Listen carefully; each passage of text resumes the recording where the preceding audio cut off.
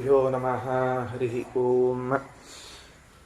ಸೃಷ್ಟಿಸ್ಥಿತ್ಯಪ್ಯಹೇಯಾನಿ ಅತಿದೃಶಿತಮೋ ಬಂಧಮೋಕ್ಷಾಶ್ಚ ಯಸ್ಮಾತ್ ಅಸ್ಯ ಶ್ರೀ ಬ್ರಹ್ಮರುದ್ರ ಪ್ರಭೃತಿ ಸುರನರದ್ವೇಷಶತ್ರಾತ್ಮಕಸ್ಯ ವಿಷ್ಣೋರ್ವ್ಯಸ್ತಾಃ ಸಮಸ್ತಾಃ ಸಕಲಗುಣನಿಧಿಃ ಸರ್ವದೋಷವ್ಯಪೇತಃ ಪೂರ್ಣಾನಂದಾವ್ಯಯೋ ಯೋ ಗುರುರಪಿ ಪರಮಃ ಚಿಂತಯೇತಂ ಮಹಾಂತಂ.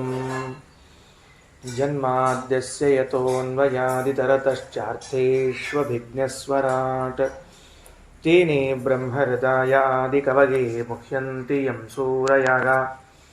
ತೇಜೋ ವಾರಿಮೃದಾಂ ಯಥಾ ವಿನಿಮಯೋ ಯತ್ರ ತ್ರಿಸರ್ಗೋ ಮೃಷಾ ಧಾಮ್ನಾ ಸ್ವೇನ ಸದಾ ನಿರಸ್ತಕುಹಕಂ ಸತ್ಯಂ ಪರಂ ಧೀಮಹಿ. ಧರ್ಮಃ ಪ್ರೋಜ್झितकैतवोऽत्र परमः निर्मत्सराणां सतां वेद्यं वास्तवमत्र वस्तु शिवदं तापत्रयोन्मूलनं श्रीमद्भागवते महामुनिकृते किं वा परैरीश्वरः सद्यो हृद्यवरुध्यतेऽत्र कृतिभिः शुश्रूषुभिस्तत्क्षणात् निगमकल्पतरोर्गलितं फलं शुकमुखादमृतद्रवसंयुतं पिबत भागवतं रसमालयं मुहुरघो रसिका भुवि भावुकाः. अस्मद्गुरुसमारम्भां टीकाकृत्पादमध्यगां श्रीमदाचार्यपर्यन्तां वन्दे गुरुपरम्परां. ಶ್ರೀಗುರುಭ್ಯೋ ನಮಃ. ಶ್ರೀಕೃಷ್ಣನ ಮಹಿಮೆಯನ್ನು ನಿರೂಪಣೆ ಮಾಡಬೇಕು ಅಂತ ಸ್ವಲ್ಪ ಹೊತ್ತು ಪ್ರಯತ್ನವನ್ನು ಮಾಡ್ತೇನೆ.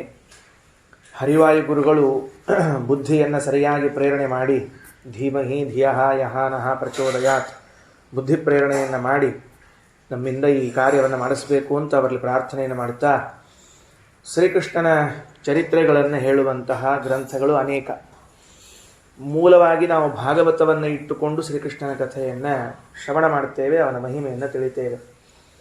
ಭಾಗವತದಲ್ಲಿ ಮಾತ್ರ ಬಂದಿದೆ ಅಂತೇನಲ್ಲ, ಭಾಗವತದಂತೆ ಮಹಾಭಾರತದಲ್ಲೂ ಬಂದಿದೆ, ಮಹಾಭಾರತದಂತೆ ಹರಿವಂಶದಲ್ಲೂ ಬಂದಿದೆ, ವಿಷ್ಣು ಪುರಾಣದಲ್ಲಿದೆ, ಬ್ರಹ್ಮವೈವರ್ತ ಪುರಾಣದಲ್ಲಿದೆ. ಹೀಗೆ ಕೆಲವು ಪ್ರಧಾನವಾದ ಗ್ರಂಥಗಳ ಹೆಸರನ್ನು ಹೇಳಿದ್ದೇನೆ. ಇನ್ನೂ ಅನೇಕ ಪುರಾಣಗಳಲ್ಲಿ ಕೃಷ್ಣನ ಮಹಿಮೆಯನ್ನು ಹೇಳಲಾಗ್ತಾ ಇದೆ. ವೇದಗಳಲ್ಲಿ ಕೃಷ್ಣನ ಮಹಿಮೆ ಬರ್ತಾ ಇದೆ. ಬಹಳ ದೊಡ್ಡ ಮಾತೇನು ಅಂದರೆ, ವೇದದ ನಮಗೆ ತಿಳಿಯುವಂತೆ ಕೆಲವು ಮಂತ್ರಗಳನ್ನು ಹೇಳಿದಾಗ ಆ ಮಂತ್ರಗಳಲ್ಲಿ ಕೃಷ್ಣನ ಮಹಿಮೆ ತಿಳಿದು ಬರ್ತಕ್ಕಂಥದ್ದು. ಇಂತಹ ಕೃಷ್ಣನ ಮಹಿಮೆ ವಿಶೇಷವಾಗಿ ಭಾಗವತದಲ್ಲಿ ವೇದವ್ಯಾಸ ದೇವರು ವಿಸ್ತಾರವಾಗಿ ನಿರೂಪಣೆ ಮಾಡುತ್ತಾರೆ. ಸಾಮಾನ್ಯವಾಗಿ ಯಾವಾಗಲೇ ನಾವು ಕೃಷ್ಣನ ಕಥೆಯನ್ನು ಕೇಳಿದರೆ ಅವನ ಬಾಲಲೀಲೆಗಳನ್ನು ಕೇಳ್ತಾ ಇರ್ತೇವೆ. ಬಾಲಲೀಲೆಯನ್ನು ಹೊರತುಪಡಿಸಿಯೂ ಇನ್ನೂ ಅನೇಕ ಮಹಿಮೆಗಳನ್ನು ಪರಮಾತ್ಮ ತೋರಿಸಿದ್ದಾನೆ. ಆ ಒಂದೆರಡು ಮಹಿಮೆಯನ್ನು ಹೇಳುವ ಪ್ರಯತ್ನ ಇವತ್ತು. ಬಾಲಲೀಲೆಗಳನ್ನು ಕೇಳಿದ್ದೀರಿ. ಪ್ರಾರಂಭದಲ್ಲಿ ಕೃಷ್ಣಾವತಾರದ ಒಂದು ಮಾತನ್ನು ಹೇಳಿಕೊಂಡು ಮುಂದೆ ಕೃಷ್ಣನ ಮಹಿಮೆಯನ್ನು ಹೇಳ್ತೀನಿ. ಭೂಮಿಯ ಮೇಲೆ ಭಾರವಾದದ್ದರಿಂದ ಆ ಭೂಭಾರವನ್ನು ಹರಣ ಮಾಡುವುದಕ್ಕಾಗಿ ದೇವತೆಗಳು ಕೃಷ್ಣನಿಗೆ ಭಗವಂತನಿಗೆ ಪ್ರಾರ್ಥನೆಯನ್ನು ಮಾಡುತ್ತಾರೆ. ಭಗವಂತ ದೇವತೆಗಳ ಪ್ರಾರ್ಥನೆಯನ್ನು ಮನ್ನಿಸಿ ಅದನ್ನು ಕೇಳಿಕೊಂಡು ಭೂಮಿಯಲ್ಲಿ ಅವತಾರ ಮಾಡಿ ಬರ್ತಾನೆ. ಶ್ರಾವಣ ಮಾಸದ ಕೃಷ್ಣ ಪಕ್ಷದ ಅಷ್ಟಮಿ, ಆ ಅಷ್ಟಮಿ ದಿವಸ ಮಧ್ಯರಾತ್ರಿಯಲ್ಲಿ ದೇವರು ಅವತಾರ ಮಾಡಿ ಬಂದದ್ದು. ವೇದವ್ಯಾಸ ದೇವರು ಅವನ ಅವತಾರ ಮಾಡುವ ಕಾಲ ಹೇಗಿತ್ತು, ಅವತಾರ ಮಾಡಿದಾಗ ಅವನು ಹೇಗಿದ್ದ, ಎರಡನ್ನೂ ಹೇಳ್ತಾರೆ. ಈಗ ನಾವು ಹುಟ್ಟಿದಾಗ ಹೇಗಿದ್ವಿ ಒಂದು, ಇವತ್ತು ಹುಟ್ಟಿದಾಗಿನ ಫೋಟೋ ಇವತ್ತು ನೋಡಿಕೊಂಡ್ರೆ ಒಂದೇ ರೀತಿ ಇರೋದೇ ಇಲ್ಲ. ಹುಟ್ಟಿದಾಗ ತೆಗೆದ ನಮ್ಮ ಫೋಟೋ ಇವತ್ತು ನಮ್ಮ ತೆಗೆದ ಫೋಟೋಗೆ ಮ್ಯಾಚೇ ಆಗೋದಿಲ್ಲ, ಕೆಲವೊಂದು ಸರ್ತಿ ಮಿಸ್ಮ್ಯಾಚ್ ಆಗಿಬಿಡ್ತದೆ. ಆದ್ದರಿಂದ ದೇವರು ಹೇಗಿದ್ದ ಅಂತ ಹೇಳಿದ್ರೆ, ಹುಟ್ಟಿದಾಗ ದೇವರು ಅವತರಿಸಿದಾಗ ಹೇಗಿದ್ನೋ ಇವತ್ತು ಹಾಗೆ ಇದ್ದ ಅನ್ನೋದರಿಂದ ಅವನ ರೂಪದಲ್ಲಿ ಭೇದವಿಲ್ಲ ಎಂಬುದನ್ನು ತಿಳಿಸಬೇಕಾಗಿದೆ ನಮಗೆ. ಅದಕ್ಕಾಗಿ ವ್ಯಾಸರು ಏನು ಮಾಡ್ತಾರೆ, ತಮದ್ಭುತಂ ಬಾಲಕಮಂಬುಜೇಕ್ಷಣಂ ಚತುರ್ಭುಜಂ ಶಂಖ ಗದಾದ್ಯುಧಾಯುಧಂ ಶ್ರೀವತ್ಸಲಕ್ಷ್ಮಂ ಗಲಶೋಭಿಕೌಸ್ತುಭಂ ಪೀತಾಂಬರಂ ಸಾಂದ್ರಪಯೋಧ ಸೌಭಗಂ ಮಹಾರ್ಯ ವೈಢುರ್ಯ ಕಿರೀಟ ಕುಂಡಲತ್ವಿಷಾ ಪರಿಶ್ವಕ್ತ ಸಹಸ್ರಕುಂತಲಂ ಉದ್ದಾಮ ಕಾಂಚಂಗದ ಕಂಕಣಾದಿಭಿಃ ವಿರೋಚಮಾನಂ ವಸುದೇವ ಐಕ್ಷತ. ಒಬ್ಬರು ಎಲ್ಲ ವಿಷಯಗಳಲ್ಲಿ ಪ್ರಮಾಣ ಬೇಕಾಗ್ತದೆ, ಯಾರು ನೋಡಿದ್ದಾರೆ, ಯಾರು ಕೇಳಿದ್ದಾರೆ ಅಂತ. ಅದಕ್ಕೆ ವೇದವ್ಯಾಸ ದೇವರು ವಸುದೇವನನ್ನು ಸಾಕ್ಷಿ ಮಾಡ್ತಾರೆ. ವಸುದೇವ ಐಕ್ಷತ್. ಪ್ರತ್ಯಕ್ಷ ಅನುಮಾನ ಆಗಮಗಳಲ್ಲಿ ಅತೀಂದ್ರಿಯವಾದ ವಸ್ತುಗಳ ವಿಷಯದಲ್ಲಿ ಆಗಮ ಪ್ರಬಲವಾದರೆ ಐಂದ್ರಿಯ ವಿಷಯದಲ್ಲಿ ಪ್ರತ್ಯಕ್ಷ ಪ್ರಬಲ. ಹಾಗಾಗಿ ವಸುದೇವನ ಪ್ರತ್ಯಕ್ಷವನ್ನು ಪ್ರಬಲ ಮಾಡಿ ಏನು ಮಾಡಿದರು ಅಂದರೆ ಶಂಖಚಕ್ರಗಳನ್ನು ಹಿಡಿದುಕೊಂಡಿರುವ ಕೃಷ್ಣನನ್ನೇ ತೋರಿಸಿದ್ದಾರೆ. ಆಗ ಅವತಾರ ಮಾಡಿದಾಗ ಏನು ಶಂಖಚಕ್ರಾದಿಗಳನ್ನು ಹಿಡಿದ ಕೃಷ್ಣ ಇದ್ದ, ಮುಂದೆ ಎಲ್ಲ ಕಾಲದಲ್ಲೂ ಅವನ ಶಂಖಚಕ್ರಧಾರಿಗಳನ್ನಾಗೇ ನೋಡಿದ್ದಾನಾದ್ದರಿಂದ ಭಗವಂತ ರೂಪದಲ್ಲಿ ಎಲ್ಲೂ ಭೇದವನ್ನು ಚಿಂತನೆ ಮಾಡಬೇಡ್ರಿ ಅಂತ ಹೇಳಿದ್ದಾರೆ. ಇದು ಕೃಷ್ಣಾವತಾರದ ಪ್ರಸಂಗ. ತಂದೆ ತಾಯಿಗಳು ಸ್ತೋತ್ರ ಮಾಡ್ತಾರೆ, ಎಲ್ಲ ಸರಿ. ನಾನು ಭಾಗವತವನ್ನು ಅಥವಾ ಹರಿವಂಶವನ್ನು, ಮಹಾಭಾರತವನ್ನು, ತಾತ್ಪರ್ಯ ನಿರ್ಣಯವನ್ನು ಅಧ್ಯಯನ ಮಾಡ್ತಾ ಇರುವಾಗ ಶ್ರೀಮದಾಚಾರ್ಯರು ವೇದವ್ಯಾಸ ದೇವರು ನಿರೂಪಣೆ ಮಾಡಿದಂತೆ ಶ್ರೀಕೃಷ್ಣ ತನ್ನ ಕಾಲಮಾನದಲ್ಲಿ ಅವತಾರದ ಪ್ರಸಂಗದಲ್ಲಿ ಎಷ್ಟು ಬಾರಿ ವಿಶ್ವರೂಪವನ್ನು ದರ್ಶನ ಮಾಡಿದ್ದಾನೆ ಅಂತನ್ನುವಂತಹ ಒಂದು ಪ್ರಸಂಗ. 7 ಬಾರಿ ವಿಶ್ವರೂಪ ದರ್ಶನವನ್ನು ಮಾಡಿಸ್ತಾನೆ ಪರಮಾತ್ಮ.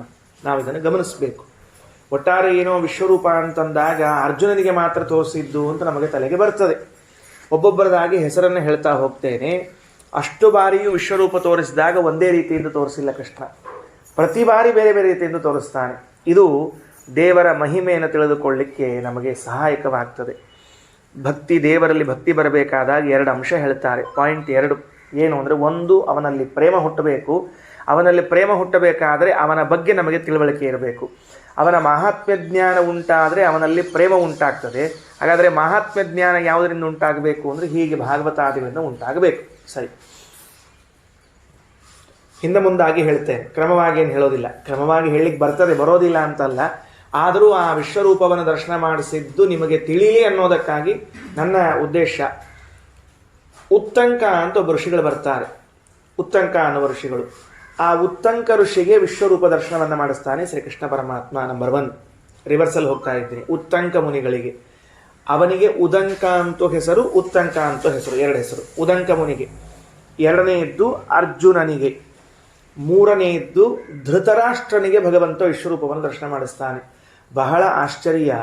ಕಣ್ಣಿಲ್ಲದವನಿಗೆ ವಿಶ್ವರೂಪವನ್ನು ತೋರಿಸಿಕೊಡ್ತಾನೆ ದೇವರು ಅಂದರೆ ಅದು ಅವನ ಸಾಮರ್ಥ್ಯ ಎಂಥದ್ದು ಅಂತ ನೋಡಬೇಕು.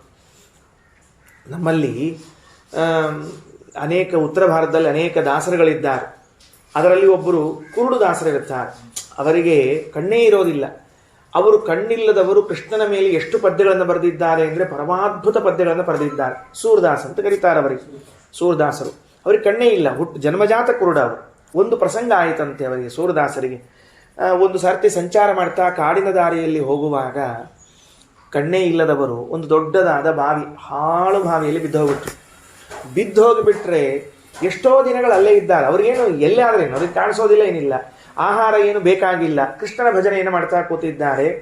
ಒಂದು ದಿವಸ ಇವನ ಭಜನೆಗೆ ಮೆಚ್ಚಿ ಕೃಷ್ಣ ಕಾಣಿಸಿಕೊಂಡು ಅವರಿಗೆ ಸೂರದಾಸರಿಗೆ ಹೇಳಿದಂತೆ, ನೀನು ಇಷ್ಟು ಭಜನೆ ಮಾಡ್ತಾ ಇದ್ದೀಯಲ್ಲ, ನಿನಗೆ ನಾನು ಒಂದು ಕೆಲಸ ಮಾಡ್ತೇನೆ, ನನ್ನನ್ನು ತೋರಿಸ್ತೇನೆ ಎನ್ನಂತೆ. ಸೂರದಾಸರಂದು, ಸ್ವಾಮಿ ಹುಟ್ಟುತ್ತಾನೆ ಕುರುಡ, ನಿನ್ನೇನು ನೋಡ್ತೀನಿ ನಾನು, ತಡಿ ಅಂತ ಹೇಳಿ ಕಣ್ಣು ಕೊಟ್ಟನಂತೆ. ಕಣ್ಣು ಕೊಟ್ಟಾಗ ಸೂರದಾಸರು ಕಣ್ಣು ತೆಗೆದು ಬಾಲಕೃಷ್ಣನ ರೂಪವನ್ನು ಕಂಡ್ರಂತೆ. ಆ ಒಂದು ಕ್ಷಣ ಏನು ಕಂಡ್ರಲ್ಲ, ಅದನ್ನೇ ಇಟ್ಟುಕೊಂಡು ಎಲ್ಲ ಇಡೀ ಕೃಷ್ಣನ ಮೇಲೆ ಪದ್ಯಗಳನ್ನು ಬರೆದು ಬಿಟ್ರು. ರೂಪ ತೋರಿಸಿದ ಮೇಲೆ ಕೃಷ್ಣ ಹೇಳಿದ್ನಂತೆ, ಇಲ್ಲ ನಾನು ರೂಪ ನೋಡಿದ್ದಿ ಎಲ್ಲ ಆಯ್ತಲ್ಲ, ಕಣ್ಣು ಇರಲ್ಲ ಅಂತ ಕೇಳಿದ್ನಂತೆ. ಸೂರದಾಸರಂದರು, ಇನ್ನು ಜಗತ್ತು ನೋಡೋದ್ರೊಳಗೆ ಏನು ಅರ್ಥ ಇಲ್ಲ ಅಂದರು ಅವರು. ಈ ಕಣ್ಣಿನಿಂದ ಯಾವಾಗ ನಿನ್ನ ನೋಡಿ ಆಯಿತೋ, ಇನ್ನು ಈ ಜಗತ್ತು ನೋಡೋದ್ರೊಳಗೆ ಅರ್ಥ ಏನಿದೆ, ಮತ್ತೆ ನನ್ನನ್ನು ಕುರುಡನನ್ನಾಗಿ ಮಾಡು ಅಂತ ಮತ್ತೆ ಕುರುಡನಾಗಿಕೊಂಡವರು ಸೂರದಾಸರು. ಇದು ಕೃಷ್ಣ ಭಕ್ತಿಯಲ್ಲಿ ನಾವು ಕಾಣುವಂತಹದ್ದು ಅದ್ಭುತವಾದ ಕೃಷ್ಣ ಭಕ್ತಿ. ದೇವರನ್ನ ಕಾಣಲಿಕ್ಕೆ ಇರೋದು ಕಣ್ಣು. ದೇವರನ್ನ ಕಂಡಾದ ಮೇಲೆ ಇನ್ನೇನು ಕಾಣುವ ಅವಶ್ಯಕತೆ ಇಲ್ಲ ಎಂಬುವಂತಹ ಶ್ರೇಷ್ಠ ಭಕ್ತಿಯನ್ನು ಮಾಡಿದವರು ಈ ಭಾರತ ಭೂಮಿಯಲ್ಲಿ ಇದ್ದವರು. ನಾವು ಅವ್ರ ಪರಿಚಯನೇ ಮಾಡ್ಕೊಳ್ಳೋದಿಲ್ಲ, ಅವ್ರು ಬೇಕಾಗೂ ಇಲ್ಲ. ನಮಗೆ ಯಾರ್ಯಾರು ಬೇಡವೋ ಅವರೆಲ್ಲ ಫೇಸ್ಬುಕ್ಕು, ಇನ್ಸ್ಟಾಗ್ರಾಮು, ವಾಟ್ಸಪ್ಪು, ಯೂಟ್ಯೂಬ್ನ ಬಂದು ಕೂತಿರ್ತಾರೆ. ಯಾರು ನಿಜವಾಗಿ ಬೇಕೋ ಅವರ ಬಗ್ಗೆ ನಾವು ಕೇಳೋದಿಲ್ಲ. ಹೀಗಾಗಿ ನಮ್ಮ ಭಕ್ತಿ ಉತ್ಕಟ ಆಗೋದಿಲ್ಲ, ದೇವರು ಕಾಣಿಸೋದಿಲ್ಲ. ನಾಸ್ತಿಕಕ್ಕೆ ತಿರುಗುತ್ತೇವೆ, ದೇವರಿಲ್ಲ ಅಂತ ತಿರುಗಿಬಿಡ್ತೇವೆ. ಸರಿಯಾದ ಅದು ಪ್ರಾಪರ್ ಥ್ರೂ ಹೋದ್ರೆ ಸರಿ ಹೋಗ್ತಿರ್ತದೆ. ಚಾನಲ್ ಹೆಂಗೆ ಹೋಗ್ಬೇಕು ಹಂಗೆ ಹೋದರೆ ಸರಿ ಹೋಗ್ತಿರ್ತದೆ. ಅದರಿಂದ ಆ ಸೂರದಾಸರ ಕಥೆಯಂತೆ ಧೃತರಾಷ್ಟ್ರನ ಕಥೆ ಇದೆ. ಅವನಿಗೊಂದು ವಿಶ್ವರೂಪವನ್ನು ತೋರಿಸ್ತಾನೆ. ಆದರೆ ಧೃತರಾಷ್ಟ್ರನಿಗೆ ತೋರಿಸಿದ ವಿಶ್ವರೂಪ ಜಗತ್ತಿನಲ್ಲಿ ಪರಮಾದ್ಭುತ ವಿಶ್ವರೂಪ, ಯಾರ್ಯಾರೂ ನೋಡ್ಲಿಕ್ಕೆ ಸಾಧ್ಯ ಇಲ್ಲ. ಅಂಥ ವಿಶ್ವರೂಪವನ್ನು ತೋರಿಸ್ತಾನೆ ಶ್ರೀಕೃಷ್ಣ ಪರಮಾತ್ಮ. ಏನಂಬುದನ್ನು ಹೇಳ್ತೀನಿ. 3 ಆಯಿತು. ಇನ್ನೊಂದು ವಿಶ್ವರೂಪ ತೋರಿಸ್ತಾನೆ. ಯಾರಿಗೆ? ಭೀಷ್ಮಕ ಮಹಾರಾಜನಿಗೆ. ಸ್ವಂತ ತನ್ನ ಮಾವನಿಗೊಂದು ವಿಶ್ವರೂಪ ತೋರಿಸ್ತಾನೆ. ಅಳಿಯ ಅಳಿಯ ಅಂತ ಸಲಹೆ ತಗೋಬೇಡ, ನಾನು ಯಾರಿದ್ದೀನಿ ಅಂತ ತಿಳಿದುಕೋ ಅಂತ ಭೀಷ್ಮಕನಿಗೊಂದು ಬಾರಿ ವಿಶ್ವರೂಪವನ್ನು ತೋರಿಸ್ತಾನೆ. ಅದಾದ ಮೇಲೆ ಅಕ್ರೂರನಿಗೆ ವಿಶ್ವರೂಪವನ್ನು ತೋರಿಸ್ತಾನೆ. ಅದಾದ ಮೇಲೆ ಯಶೋಧಾದೇವಿಗೆ 2 ಬಾರಿ ವಿಶ್ವರೂಪವನ್ನು ತೋರಿಸ್ತಾನೆ. ಅಲ್ಲಿಗೆ 7 ಆಯಿತು. ಯಶೋದೆಗೆ 2 ಬಾರಿ ವಿಶ್ವರೂಪವನ್ನು ತೋರಿಸಿದ್ದು ಭಗವಂತ. ಆಮೇಲೆ ಹೇಳ್ತೀನಿ ಹೇಗೆ ವಿಶ್ವರೂಪ ತೋರಿಸ್ತಾನೆ ಅಂಥೇಳಿ. ಯಶೋದೆಗೆ 2 ಬಾರಿ ಭಗವಂತ ತನ್ನ ವಿಶ್ವರೂಪವನ್ನು ತೋರಿಸಿದ್ದು. ಅಕ್ರೂರನಿಗೆ 3 ಆಯಿತು, ಭೀಷ್ಮಕನಿಗೆ 4, ಧೃತರಾಷ್ಟ್ರನಿಗೆ 5, ಅರ್ಜುನನಿಗೆ 6, ಉತ್ತಂಕ ಮುನಿಗೆ 7. ಹೀಗೆ 7 ಬಾರಿ ಶ್ರೀಮದಾಚಾರ್ಯರು ತಮ್ಮ ತಾತ್ಪರ್ಯ ನಿರ್ಣಯದಲ್ಲಿ ಉಲ್ಲೇಖವನ್ನು ಮಾಡ್ತಾರೆ. ಮೊದಲನೇದಾಗಿ ನೋಡ್ತಾ ಹೋಗೋಣವಂತೆ. ಯಶೋಧಾದೇವಿಗೆ ವಿಶ್ವರೂಪವನ್ನು ಯಾವಾಗ ತೋರಿಸಿದ ಕೃಷ್ಣ, ಹೇಗೆ ತೋರಿಸಿದ? ಇದೇ ಕೃಷ್ಣನ ಮಹಿಮೆ. ಇವತ್ತು ಇದನ್ನೇ ತಿಳ್ಕೊಳಲ್ವ? ಇದನ್ನು ಹೇಳಿದ್ರೆ ಸಾಕಲ್ಲ ಕೃಷ್ಣನ ಮಹಿಮೆಯನ್ನು. ಇದಕ್ಕಿಂತ ಬೇರೆ ಕೃಷ್ಣನ ಮಹಿಮೆ ಏನಿರಬೇಕು? ಕರ್ಣನಿಗೆ ಅವನಿಗೇನು ವಿಶ್ವರೂಪ ತೋರಿಸಿಲ್ಲ. ಇಲ್ಲ ಅವ್ರು ಯಾರಿಗೂ ವಿಶ್ವರೂಪ ತೋರಿಸಿಲ್ಲ. ಧೃತರಾಷ್ಟ್ರನಿಗೆ ತೋರಿಸಿದ್ದು ಅಂತೇನಿದೆಯಲ್ಲ, ಅದೇ ಪ್ರಸಂಗದಲ್ಲೇ ದುರ್ಯೋಧನಾದಿಗಳು ಇದ್ದರು. ಅವರೇನು ನೋಡಲಿಲ್ಲ, ಕಣ್ಣು ಮುಚ್ಚಿಕೊಂಡ್ರು ಅಂತ ಶ್ರೀಮದಾಚಾರ್ಯ ನಿರ್ಣಯವನ್ನು ಮಾಡಿದ್ದಾರೆ. ಅವರು ಯಾರೂ ನೋಡಲಿಲ್ಲ. ಕರ್ಣನೂ ನೋಡಲಿಲ್ಲ, ದುರ್ಯೋಧನು ನೋಡಲಿಲ್ಲ. ನೋಡಿದವನು ಧೃತರಾಷ್ಟ್ರ ಮಾತ್ರ. ಭೀಷ್ಮಾದಿಗಳು ನೋಡಿದರು ಅಂತೂ ಉಂಟು. ಭೀಷ್ಮಾದಿಗಳು ಎಲ್ಲ ಕಡೆಗೂ ನೋಡಿದ್ದಾರೆ. ಅರ್ಜುನನ ಕಾಲದಲ್ಲೂ ನೋಡಿದ್ದಾರೆ, ಧೃತರಾಷ್ಟ್ರನ ಕಾಲದಲ್ಲೂ ನೋಡಿದ್ದಾರೆ. ಆದ್ದರಿಂದ ಅವರು ಕೌಂಟ್ ಆಗೋದಿಲ್ಲ. ಯಾರಿಗಾಗಿ ತೋರಿಸಿದ್ರು ಅದಕ್ಕೆ ತೋರಿಸ್ತಿದ್ದಾರೆ. ದುರ್ಯೋಧನನಿಗೆ ನೋಡಲಿಲ್ಲ, ದುರ್ಯೋಧನನಿಗೆ ತೋರಿಸಿದ, ಬಟ್ ಅವನು ನೋಡ್ಲಿಕ್ಕೆ ಆಗಲಿಲ್ಲ, ಅವನಿಗೆ ಕೆಪಾಸಿಟಿ ಇರಲಿಲ್ಲ, ಕಣ್ಣು ಮುಚ್ಚಿಕೊಂಡ ಅಂತ ಅನ್ನೋದು ಮಹಾಭಾರತದಲ್ಲೂ ಉಂಟು, ಆಚಾರ್ಯ ನಿರ್ಣಯದಲ್ಲೂ ಹೇಳಿದ್ದಾರೆ. ಸರಿಯದ, ನೀವು ಕೇಳಿ ಪ್ರಶ್ನೆ ಸರಿಯದ. ಏನಾಯಿತು ಅಂದರೆ, ಇಷ್ಟು ಕಡೆಗಳಲ್ಲಿ ನಾವು ವಿಶ್ವರೂಪವನ್ನು ಪರಮಾತ್ಮ ತೋರಿಸಿದ್ದನ್ನು ನೋಡ್ತಾ ಇದ್ದೇವೆ. ಯಶೋದೆಗೆ ಮೊದಲನೇ ಬಾರಿ ವಿಶ್ವರೂಪ ತೋರಿಸಿದಾಗ ಶ್ರೀಕೃಷ್ಣನಿಗೆ ಎಷ್ಟು ವಯಸ್ಸಿತ್ತು ಅಂತ ಒಂದು ಪ್ರಸಂಗ. ಇದನ್ನೂ ಲೆಕ್ಕ ಇಟ್ಕೋಬೇಕು. ಹುಟ್ಟಿದಾಗ ಯಾವ ರೂಪದಲ್ಲಿ ಬಂದಿದ್ದ, ಅನಂತರದಲ್ಲಿ ಯಾವ ರೂಪ ಇದ್ದಾನೆ ಎಂಬುದರಿಂದ ಭಗವಂತನ ರೂಪದಲ್ಲಿ ಭೇದ ಇಲ್ಲವೋ, ಭಗವಂತನು ಯಶೋದೆಗೆ ವಿಶ್ವರೂಪ ತೋರಿಸಿದ ವಯಸ್ಸು ಎಷ್ಟು ಅಂತ ಯಾವಾಗ ತೋರಿಸಿದ್ದು ಅಂದರೆ, ಒಂದು ತೊಡೆಯ ಮೇಲೆ ಮಲಗಿ ಹಾಲು ಕುಡಿಯುವಾಗ ತೋರಿಸಿದ್ದು, ಇನ್ನೊಂದು ಮಕ್ಕಳ ಜೊತೆಗೆ ಆಟ ಆಡಿ ಬಂದು ಬಾಯಲ್ಲಿ ಮಣ್ಣು ತಿಂದಾಗ ತೋರಿಸಿದ್ದು. ಇದು ಎರಡೂ ಸೇರಿಸಿದರೆ ಒಂದು 3 ತಿಂಗಳಿನ ವಯಸ್ಸು, ಇನ್ನೊಂದು 6 ತಿಂಗಳಿನ ವಯಸ್ಸು ಅಷ್ಟೇ. ಹಾಗಾದರೆ ಭಗವಂತನಿಗೆ ವಯಸ್ಸಿನ ಸಂಬಂಧವಿಲ್ಲ, ಕಾಲದ ಪರಿಣಾಮ ಆಗೋದಿಲ್ಲ. ಅವನು ಬಾಲ್ಯದಲ್ಲಿ ಇದ್ದಾಗಲೂ ಅದೇ ವಿಶ್ವರೂಪವನ್ನು ತೋರಿಸ್ತಾನೆ.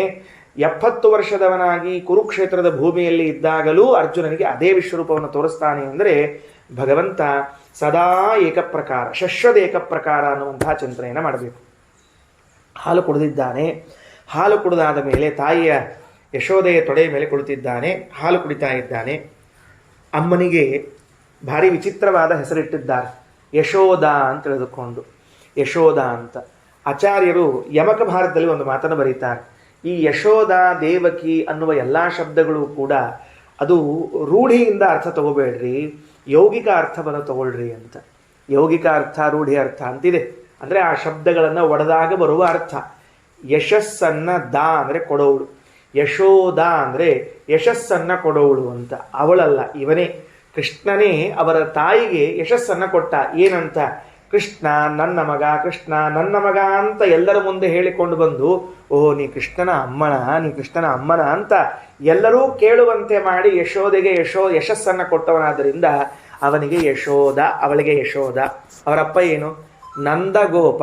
ಆ ಯಶಸ್ಸಿನಿಂದ ಆನಂದವಾಗುವ ಗೋಪಾಲಕನಾದದ್ದರಿಂದ ನಂದಗೋಪ ಅಂತ ಇವನಿಗೆ ಹೆಸರು.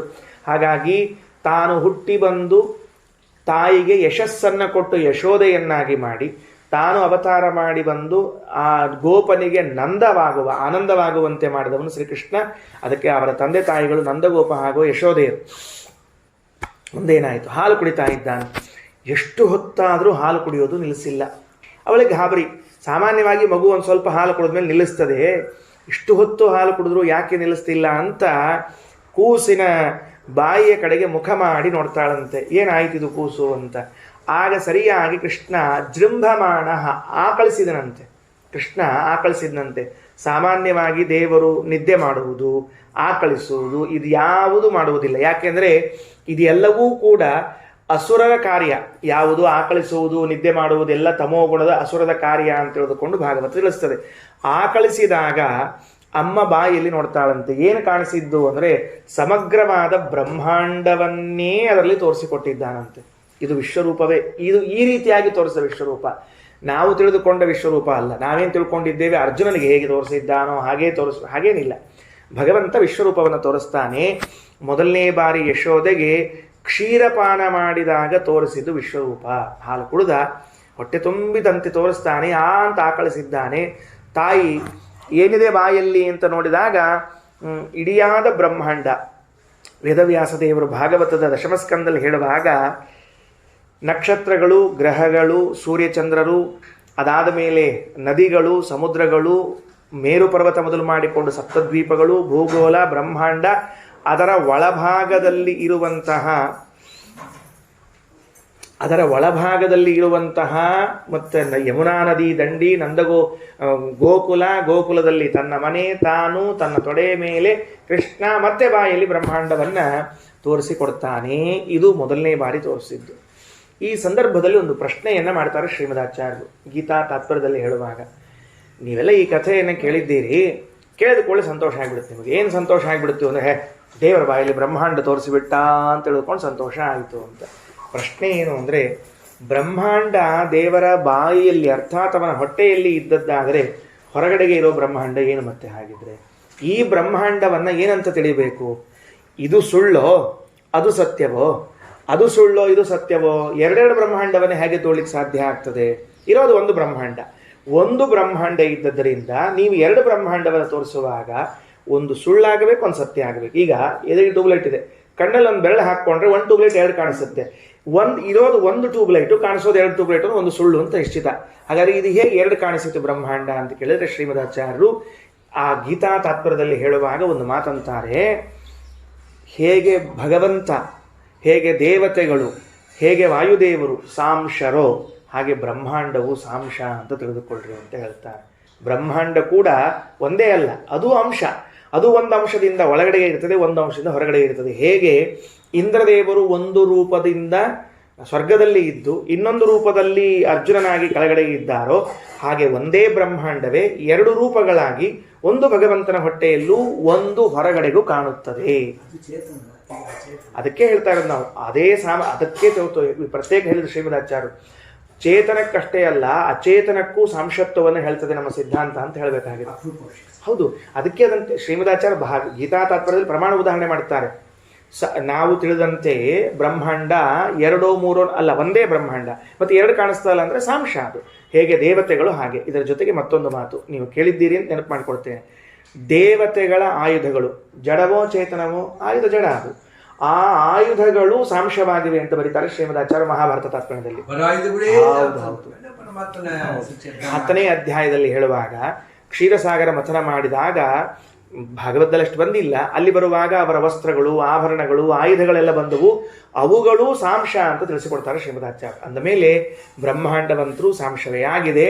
ಹಾಗಾಗಿ ಏನಾಯಿತು, ಭಗವಂತ ಕೃಷ್ಣನ ಉದರದಲ್ಲಿ ಇದ್ದ ಬ್ರಹ್ಮಾಂಡ, ಹೊರಗಿದ್ದ ಬ್ರಹ್ಮಾಂಡ ಒಂದೇ ಎರಡು ರೂಪದಲ್ಲಿ ಕಾಣ್ತಾ ಇದೆ ಸಾಂಶವಾದದ್ದರಿಂದ. ಇಲ್ಲೊಂದು ಅಂಶದಿಂದ ಅಲ್ಲೊಂದು ಅಂಶದಿಂದ ಇದೆ. ಹಾಗೆ ಹೌದೌದು. ಇಲ್ಲ ಅಲ್ಲೂ ಅಂಶವೇ. ಹೌದೌದು. ಸೀತಾಯ ಯಾನಿ ಚೈವಾಸನ್ ಆಕೃತೆ ಸ್ಥಾನಿ ಸರ್ವಶಃ. ಅವೇ ಇದ್ದುವು, ಅಂಶದಿಂದ ಇದ್ದುವು ಅಂತ ಅರ್ಥ. ಅದಕ್ಕೆ ಹೇಳಿದ್ದಾರೆ.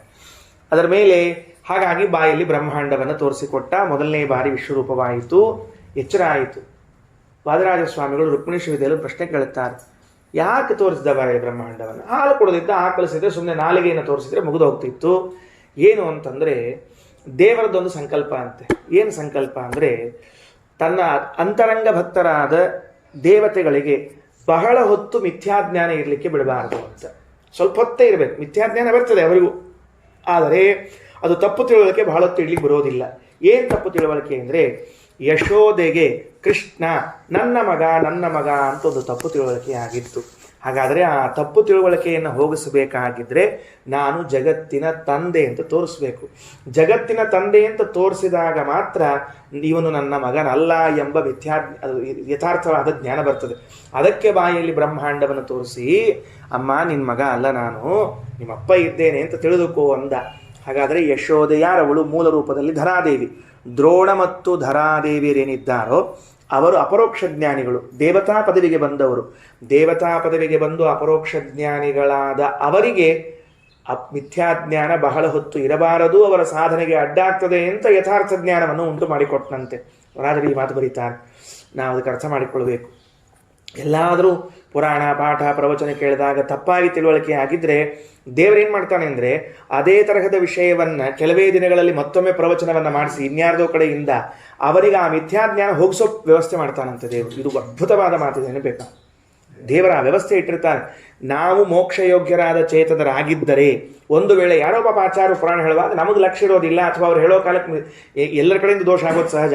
ಹಾಗಾಗಿದ್ದರೆ ಇವನಿಗೆ ಮಿಥ್ಯಾಜ್ಞಾನ ಬಹಳ ದಿವಸ ಉಳಿಬಾರದು ಅಂತ ಕೆಲವೇ ದಿನಗಳಲ್ಲಿ ಮತ್ತೆ ಅದೇ ವಿಷಯವನ್ನು ರಿಪೀಟ್ ಮಾಡಿಸಿ ಅವನ ಕಡೆಯಿಂದ ಯಥಾರ್ಥ ಜ್ಞಾನ ಮಾಡಿಸ್ಬಿಡ್ತಾನಂತೆ. ಇದು ಇಲ್ಲಿಂದ ಕಾಣ್ತದೆ ಅಂತ ರಾಜರು ಬರೀತಾರೆ ನಮಗೆ. ಹಾಗಾಗಿ ಯಶೋದೆಗೆ ಮೊದಲನೇ ಬಾರಿ ವಿಶ್ವರೂಪವನ್ನು ತೋರಿಸಿದ, ಎರಡನೇ ಬಾರಿ ಮಣ್ಣು ಬಾಯಲ್ಲಿ ಮಣ್ಣು ತಿಂದಿದ್ದಾನೆ ಅಂತ.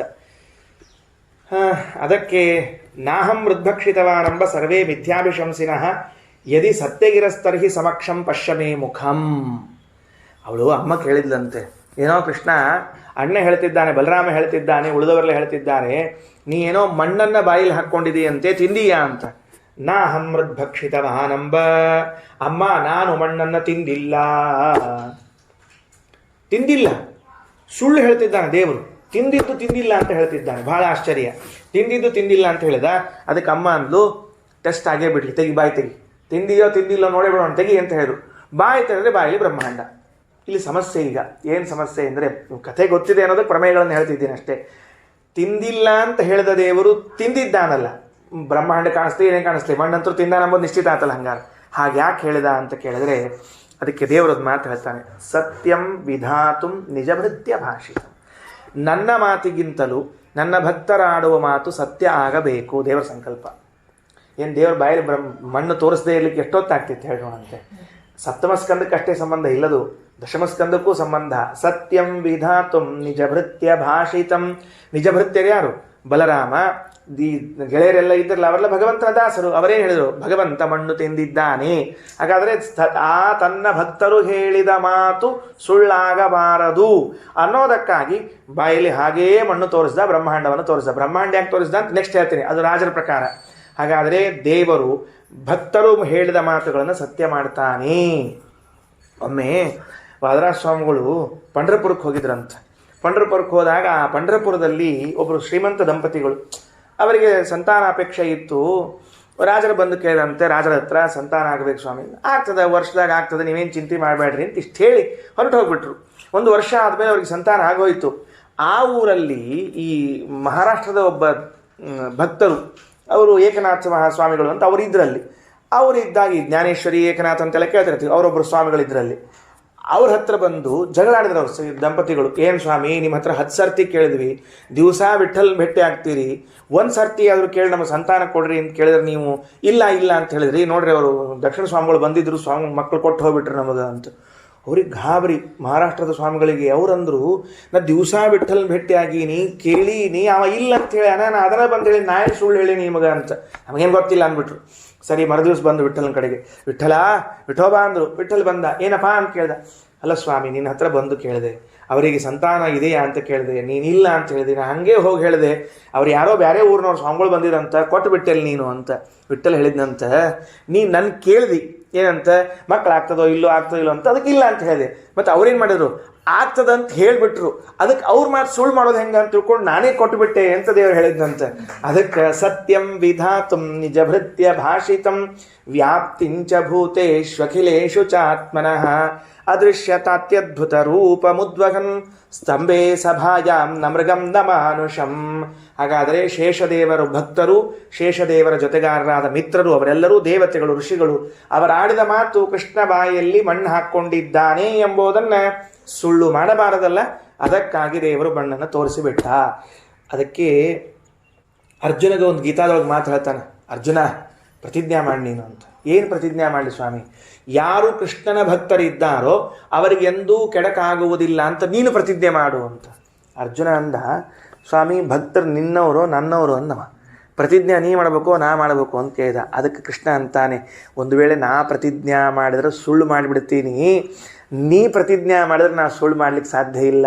ಸತ್ಯಂ ವಿಧಾತುಂ ನಿಜಭೃತ್ಯ ಭಾಷಿತಂ, ಅದಕ್ಕೆ ನೀ ಪ್ರತಿಜ್ಞಾ ಮಾಡು ಅಂತ ಹೇಳಿದಂತೆ. ಕೌಂತೇಯ ಪ್ರತಿಜಾನೀಹಿ ನಮೇ ಭಕ್ತ ಪ್ರಣಶ್ಯತಿ, ಮಾಡಿ ತೋರಿಸಿದ್ದಾನೆ.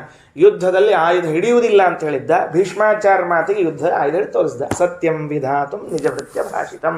ಹಾಗಾಗಿ ಎರಡನೇ ಬಾರಿ ಹೌದು, ಬಾಯಲ್ಲಿ ಹಾಕ್ಕೊಂಡಿರೋದು ಇಷ್ಟು ಮಣ್ಣು, ತೆರೆದು ನೋಡಿದಾಗ ಆಗಲೇ ಬ್ರಹ್ಮಾಂಡ ಹ್ಯಾಕ್ ಕಾಣಿಸ್ತು, ಅಷ್ಟು ದೊಡ್ಡದು ಹ್ಯಾಕ್ ಕಾಣಿಸ್ತು ಅಂತ ಕೇಳಿದ್ರೆ ಅದಕ್ಕೆ ರಾಜರಂತಾರೆ, ಅಲ್ಲೊಂದು ಪ್ರಸಂಗ ಆಯ್ತಂತೆ. ಅದು ಅತ್ಯಂತ ಅಂತರಂಗದ ಪ್ರಸಂಗ, ನಿಮಗೆ ಗೊತ್ತಿಲ್ಲ ಏನಾಯಿತು. ಈ ಭೂದೇವಿ ಅವತ್ತು ಪ್ರಾರ್ಥನೆ ಮಾಡ್ಕೊಂಡಿದ್ಲಂತೆ. ಏನು ಪ್ರಾರ್ಥನೆ ಮಾಡ್ಕೊಂಡ್ಲಿ? ಭಗವಂತ ನನ್ನ ಮೇಲೆ ಭಾರ ಆಗಿದೆ, ಇಳಿಸಬಾಪ ಅಂತ. ಬಂದು ಎಲ್ಲ ದುಷ್ಟರನ್ನು ಸಂಹಾರ ಮಾಡ್ಲಿಕ್ಕೆ ಬಂದಿದ್ದಾನೆ. ದೇವರು ಇಷ್ಟು ದೊಡ್ಡ ಕೆಲಸ ಮಾಡಿದ್ದಾನೆ, ನಾನು ಏನು ಕೊಡಲಿಕ್ಕೆ ಸಾಧ್ಯ ಭಗವಂತನಿಗೆ? ನನ್ನ ಹತ್ರ ಏನಿಲ್ಲೇ ಇಲ್ಲ. ಮಣ್ಣಿರೋದು ನನ್ನ ಕಡೆ ಇರೋದೇ ಒಂದು ಮಣ್ಣು, ಬೇರೆ ಏನಿದೆ? ಭೂಮಿಯಲ್ಲಿರೋದೇನು ಮಣ್ಣು ಬಿಟ್ಟರೆ ಬೇರೆ ಇರೋದಿಲ್ಲ.